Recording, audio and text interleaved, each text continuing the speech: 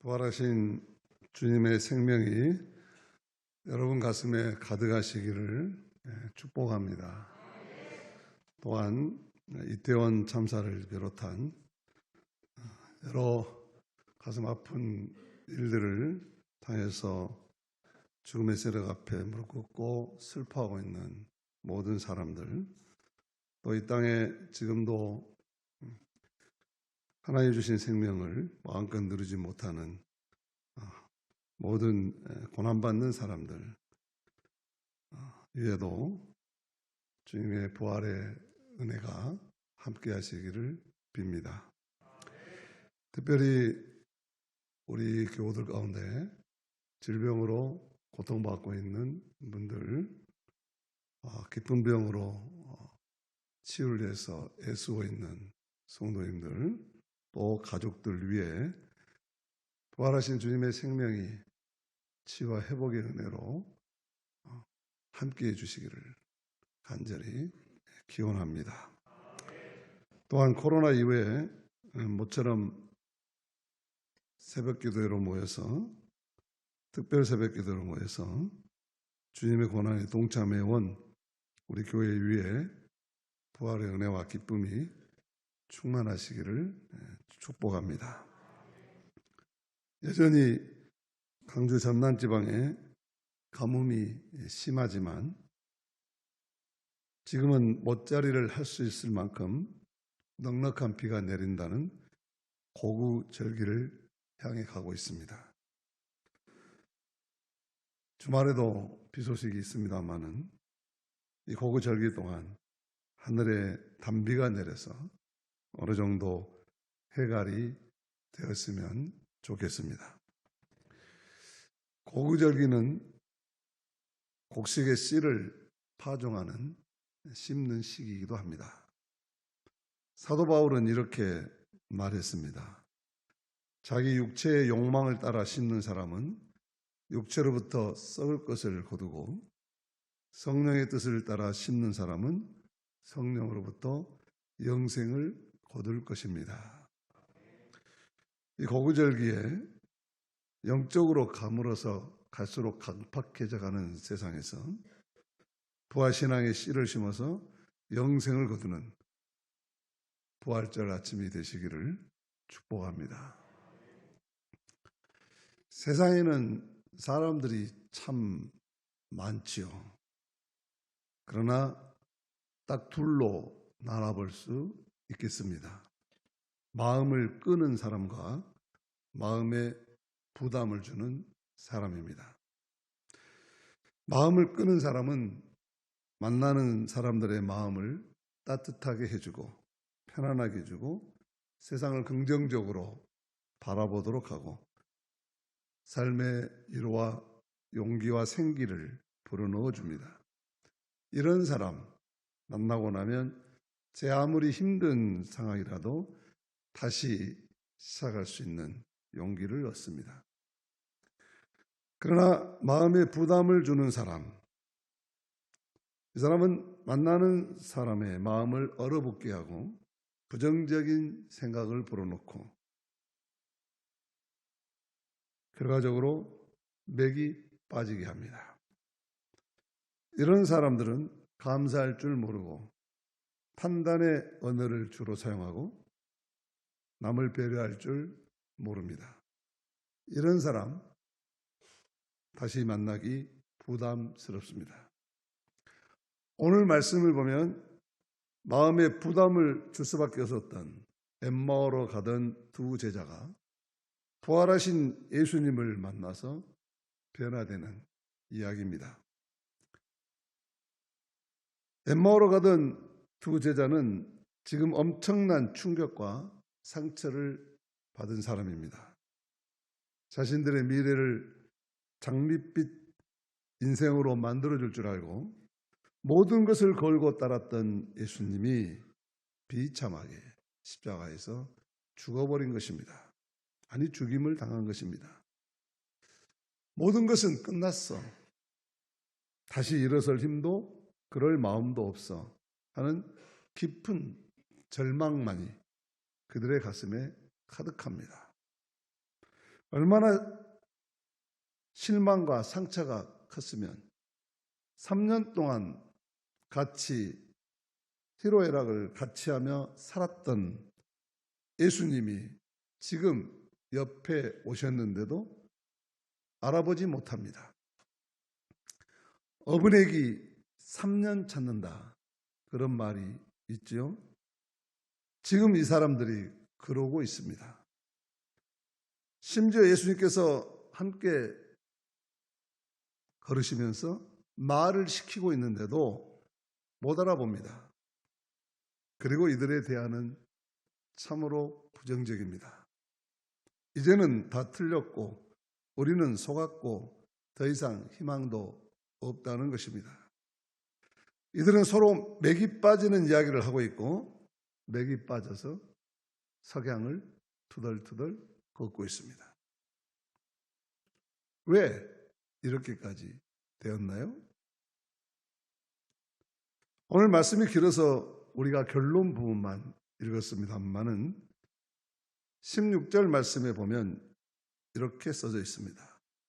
그들의 눈이 가리워져서 그인 줄 알아보지 못하거늘. 그들의 눈이 가려졌기 때문이다. 성경은 그렇게 말합니다. 이들은 원래 주님의 주옥 같은 말씀을 들었고 기적을 일으키는 하나님의 능력을 체험했습니다. 그리고 주님의 십자가의 사랑과 용서도 자신들의 눈으로 똑똑히 봤습니다. 그러나 이들의 두 눈을 멀게 한 것은 자신들의 잘못된 믿음이었습니다. 21절 말씀에 보면 이들은 예수님께서 자기 민족 이스라엘을 구원하실 정치적 메시아라고 믿었다는 겁니다. 이들이 예수님을 바라보는 시각이 잘못된 것입니다. 이들이 예수님을 바라보면서 갖는 인생관, 가치관, 세계관, 그리스도론이 잘못되어 있었다고 하는 것입니다. 자신들의 욕망과 기대, 자신들의 신념과 자신들의 소원에 사로잡혀서 이들은 예수님을 객관적 실체로 보지 못하고 주관적 이해를 하면서 실질적으로 볼 것을 보지 못하는 눈먼 신앙생활을 하던 사람들입니다. 예수님께서 바디메오의 눈을 띄워주면서 그토록 니들은 왜 눈 뜨고도 보지 못하냐? 이는 눈 감고도 나를 주님으로 알아보거늘 하고 여러 번 책망도 하시고 실로암에 못 가서 눈을 뜨라고 말했음에도 불구하고 이들은 여전히 볼 것을 제대로 보지 못하는 잘못된 믿음으로 눈먼 신앙생활을 하고 있었던 것이죠. 다른 하나의 이유가 있다면 이들은 또 하나님의 약속의 말씀을 믿지 못했습니다. 사실 이들은 이미 목격자들을 통해서 예수님께서 다시 살아나셨다는 소식을 들었습니다. 그러나 이들은 그럴 리가 없지, 나는 자신들의 지식과 경험, 생각 때문에, 자신들의 생각 판단과 다르다는 것 때문에 부활의 사실을 믿기를 포기해 버립니다. 그리고 이들은 그 인생의 불신의 눈이 가려져서 지금 인생의 석양길, 실패자의 길, 험한 길을 걸을 수밖에 없었던 것이죠. 그러나 참으로 다행스러운 것은 부활하신 예수님은 이들을 찾아오셔서 이 석양길에 이들과 함께 하루 종일 걸어가신다는 것입니다. 여기에 우리의 죽을 수밖에 없는 우리들에게, 인생의 석양길을 향해 걷고 있는 우리들에게 참된 희망이 있습니다. 영의 눈이 멀어서 주님을 알아보지 못해도 오히려 자기 주장만을 펼치고 있는 사람들의 한심한 모습에도 불구하고 예수님은 이들을 떠나지 않으시고 함께 걸어주십니다. 그뿐 아닙니다. 하루 종일 이들의 아픔과 탄식의 이야기를 들어주십니다. 이들의 한숨과 원망의 소리를 들어주십니다. 예수님은 이들에게 너희들 나도 몰라보느냐 나무라지 않으셨습니다. 아직도 세상을 그렇게밖에 살지 못하냐? 아직도 세상을 그런 가치관과 세계관 가지고 살고 있느냐? 추궁하지도 않으셨습니다. 그저 오죽하면 너희가 이렇게 되었겠냐? 불쌍히 여기시고 갈 길을 다 갈 때까지 그저 동행해 주십니다. 그러다가 마침내 놀라운 일이 일어났습니다. 31절 말씀입니다. 같이 읽습니다. 그들의 눈이 밝아져 그인 줄 알아보더니 예수는 그들에게 보이지 아니하시는지라. 이들이 눈이 밝아져 예수님을 알아보게 되었다는 것입니다. 여러분 인생에서 이런 사건 일어난다면 대박 나는 것이죠. 이런 사건 한 번도 일으키지 못한다면 안타까운 것이죠. 이들은 참으로 자기의 삶의 전환을 가져오는 위대한 일을 경험합니다. 이들이 눈이 떠서 예수님을 알아본 것은 다름 아닌 자신들의 집에 찾아와 베풀어 주신 성찬을 나눌 때였습니다. 30절 말씀입니다. 같이 읽습니다. 그들과 함께 음식 잡수실 때에 떡을 가지사 축사하시고 떡을 떼어 그들에게 주시니, 예수님 부활하신 예수님이 유령이 아닌 몸의 부활을 하시고 그들과 떡을 함께 나누시는 부활을 하신 것이죠. 그러나 이 떡을 가지사 축사하셨다, 어디서 많이 들은 이야기죠. 성경학자들은 이것이 초대교회의 예배의 형식이었다, 그렇게 이야기합니다. 주님은 영의 눈이 닫혀져 버린 이 사람들을 살아계신 하나님을 예배하는 현장으로 초대하신 것입니다. 죽은 무덤이 아니라 찾아오신 살아계신 하나님 앞에 예배하고 성찬을 나누는 자리로 초대하신 것입니다. 믿음을 송두리째 잊어버리고 눈을 감고 석양의 길을 걷고 있는 이들의 마음은 불신과 원망과 실망으로 가득 차 있었습니다. 그런데 아무런 기대 없이 참석했던 예배였지만 이들은 거기서 주님의 말씀을 듣고 주님께서 친히 떡을 떼어 나눠주시는 성만찬에 참여하는 중에 그들의 가슴이 뜨거워졌습니다. 아니, 이거는 예수님께서 최후의 만찬 때 우리에게 베풀어 주셨던 그 사건이 아닌가? 이건 예수님의 십자가를 이해시키기 위해서 자신의 모든 것을 내어주신 하나님의 사랑을 보여줬던 식탁이 아닌가? 이분은 그때 그분이다. 다시 살아나셨다. 그들의 어두운 눈이 열어지면서 놀라운 주님의 임재를 깨닫게 된 것입니다. 오늘 또 살아계신 예수님은 상처와 실망과 낙심의 엠마오로 가는 인생들을 찾아오십니다. 그리고 우리의 탄식을 들으시고 말씀과 성만찬의 예배로 초대하십니다. 문제는 우리가 이 거룩한 예배에서 오늘도 부활의 영으로 찾아오신 이 예배에서 우리 곁에 찾아오신 부활하신 주님을 알아보는가 이겠습니다. 오늘도 말씀하시는 주의 음성을 듣는가 하는 문제이겠습니다. 오늘도 살아계셔서 자신의 거룩한 식탁으로 초대해서 자신의 살과 피를 나누어 주시고 말씀해 주시는,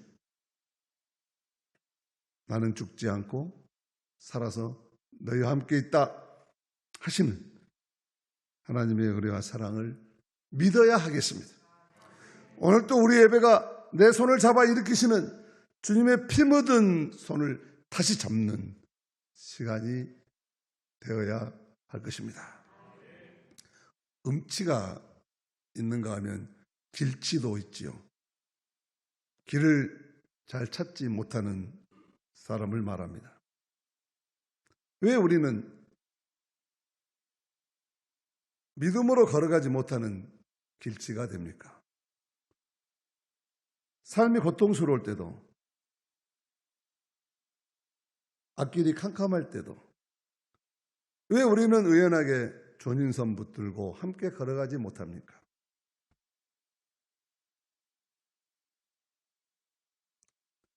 우리를 찾아오신 주님, 절대로 떠나지 않으시는 주님, 부족해도 버리지 않으시는 주님을 보는 우리 마음의 눈을 뜨지 못하기 때문 아니겠습니까? 아니면 다른 것들에 시선을 뺏겨서, 아니면 시선이 다른 것들을 보느라 빨개져서, 시력을 상실해서 진정으로 주님의 일을 바라볼 수 없게 되지는 않는 것입니까? 엠마오로 내려가던 제자들이 이제는 예수님의 임재를 느낀 다음 예수님의 말씀과 성찰을 다시 받고 그 예수님이 살아계셨음을 확인하는 순간 부활한 주님을 만난 그들은 이제 한밤중에 다시 일어나 사명의 자리, 예수 믿는 사람을 잡아 죽인다고 기다리는, 로마의 창검이 기다리는 그 예루살렘으로 복음의 부활의 증인이 되어서 돌아오고, 복음을 위해서, 하나님 나라를 위해서 십자가의 사랑을 증거하는 일에 그들이 인생을 걸고 힘차게 살았던 이유가 어디에 있었습니까? 부활하신 주님을 보는 그들의 마음의 눈이 밝아졌기 때문입니다. 부활하신 주님은 오늘 성경 말씀 보니까 이들이 알아보자 사라졌다 그랬습니다. 아니 왜 그토록 못 볼 때는 눈 따라하고 계속해서 말 걸고 말씀하시고 성찬식을 제언해 주시더니 왜 이제 알아보고 영안을 뜨니까 어디로 가셨을까? 어디로 가셨을까요?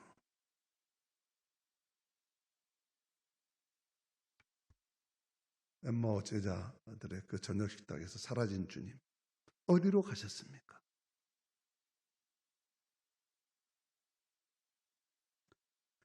더 이상 그들 곁에 있을 이유가 없었겠죠.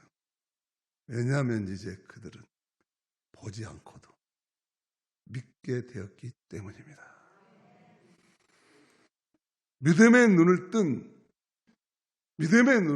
그들에게 육체적 부활은 더 이상 예수님은 의미가 없어진 것이죠. 진정한 의미의 영원한 생명체로 살아나신 예수님은 이제 자신의 자리로 돌아가신 것이죠. 그것이 어디입니까? 이제 믿음의 눈을 뜬 제자들의 마음속으로 들어가신 줄로 믿습니다. 이제 이들은 더 이상 육의 눈으로 보지 않아도 됩니다. 이미 부활의 세계를 보았고 부활의 생명을 먹고 마셨습니다. 그래서 이제는 자신들이 예수님의 부활의 생명을 모신 예수님의 몸이 되었고 예수님의 삶이 되었고 예수님의 부활이 되었습니다. 이들이 부활을 알고 부활의 주님을 먹고 마심으로 그들의 가슴에 부활의 영을 모신 것입니다. 그리고 이들은 더 이상 이제는 상처의 사람, 절망의 사람, 탄식의 사람, 온망의 사람이 아닙니다. 한밤중이라도 다시 일어나 죽음의 현장으로 달려가서 생명을 살려내고 희망을 창조해가는, 죽어도 죽지 않고 아니 죽어야 다시 사는, 영원히 사는 하나님의 백성들이 된 줄로 믿습니다. 감리교 목사이자 동화작가인 이현주 목사님이 꽃과 실뿌리라는 동화에서 이런 이야기를 전해줍니다. 깊은 산 속에 옹달샘이 하나 있는데 그 곁에 백합화 한 송이가 피었습니다. 옹달샘은 백합화가 피면 너무 좋아했습니다. 그 짙은 향기가 숲속에 은은하게 퍼지고 그 우아한 잣대는 옹달샘 주변을 아름답게 꾸며줬기 때문입니다. 그래서 옹달샘은 백합화에게 말합니다. 백합화, 난 너처럼 하얗고 우아하고 향기로운 꽃이 내 곁에 있어서 얼마나 좋은지 몰라. 백합이 말합니다. 그렇게 말해주니 참 고마워. 사실 나도 그래. 어쩌다가 너같이 맑고 다정스러운 옹달샘 곁에 뿌리를 내리게 되어서 항상 목마르지 않으니 얼마나 행복한지 몰라. 그러나 이 백합화도 시간이라는 할아버지 앞에서는 어쩔 수가 없었습니다. 할아버지가 말합니다. 얘야, 이제 꽃은 시들고 향기도 사라져야 할 시간이 다 되었구나. 준비하자. 백합 꽃잎은 마치 천사의 눈물처럼 옹달샘 위로 뚝뚝 떨어졌습니다. 옹달샘은 가슴이 아팠습니다. 지고 있는 백합을 도울 길이 없었어요. 그것을 가슴 저리고 바라보고만 있어야 되는 옹달샘의 가슴은 너무나 아팠습니다.